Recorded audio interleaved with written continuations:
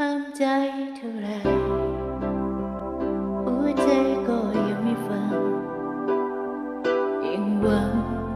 ว่าเธอจะสนใจทั้งที่เธอเห็นเราไม่มีความหมายแต่ไม่อาจตัดใจให้ลืมเธอลงเขียนลงกระดาษ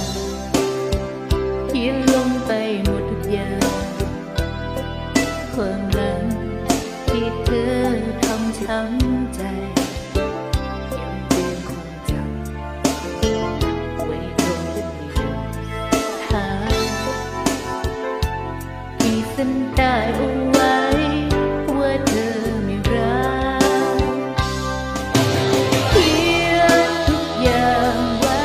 เตือนให้ใจมันจำย้ำข้อความสำคัญย้ำไว้อ่านสอนใจทุกวันผมพอทำให้ลืมเธอ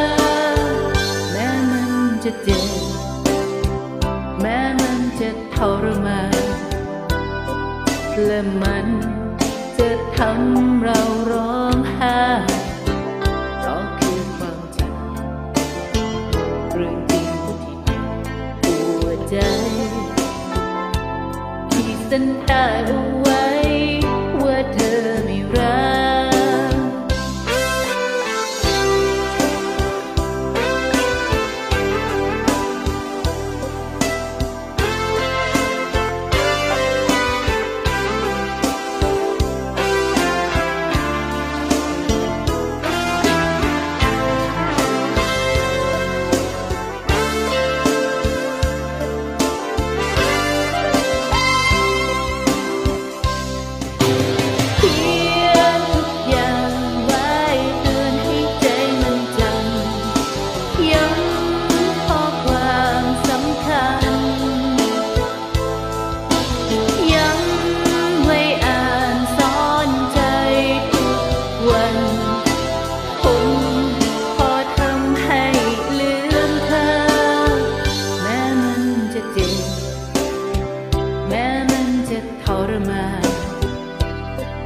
และมัน